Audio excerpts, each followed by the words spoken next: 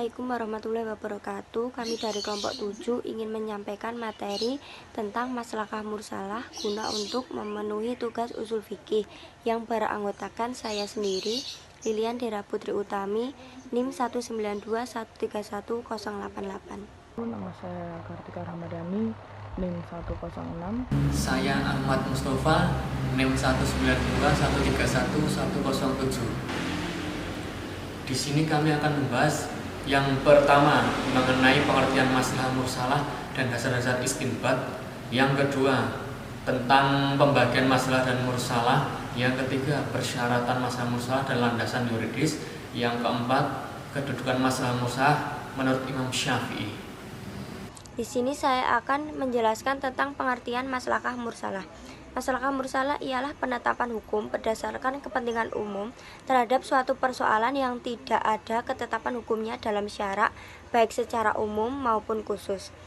Nah, di antara ulama yang menolak maslahah mursalah sebagai salah satu sumber dalam menetapkan hukum adalah Imam Syafi'i. Kenapa? Karena Imam Syafi'i menganggap bahwa ketetapan syariat telah cukup, baik itu ketetapan berupa nas Al-Quran dan hadis maupun berupa ketetapan hukum lainnya seperti ijma dan qiyas.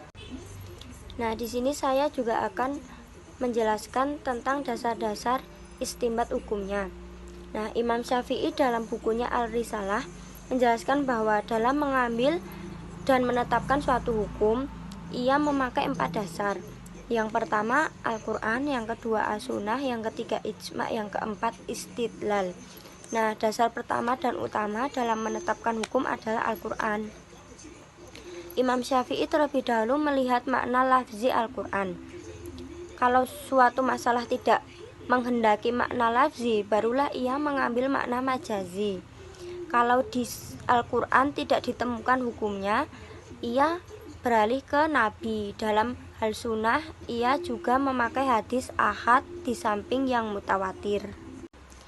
Selama hadis Nabi ahad itu mencukupi syarat-syaratnya, jika di dalam sunnahnya pun belum dijumpai nasnya, ia mengambil ijma sahabat. Setelah mencari dalam ijma sahabat dan tidak ditemukan ketentuan hukumnya, barulah ia melakukan qiyas.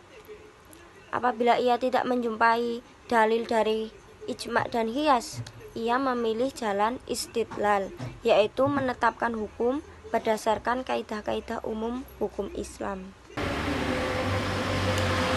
Saya akan membahas tentang maslahah dan pembagiannya.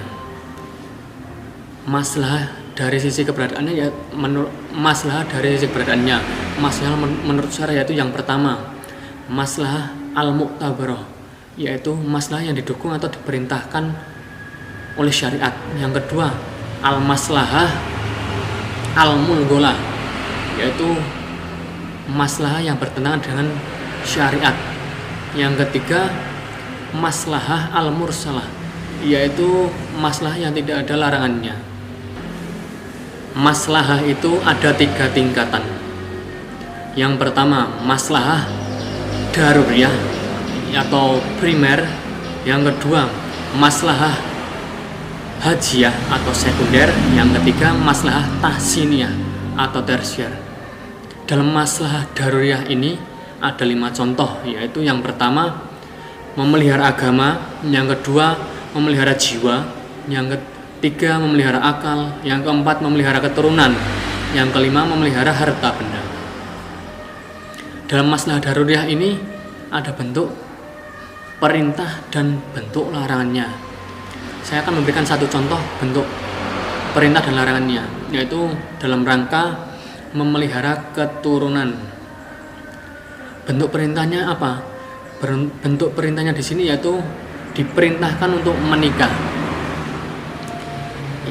Kalau bentuk larangannya yaitu larangan untuk berzina. Nah, ini termasuk dalam rangka memelihara keturunan. Di sini saya akan menjelaskan tentang landasan yuridis dan juga persyaratan maslahah mursalah.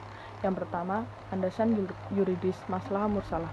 Yang pertama, para sahabat telah menghimpun Al-Quran sebagai satu mushaf.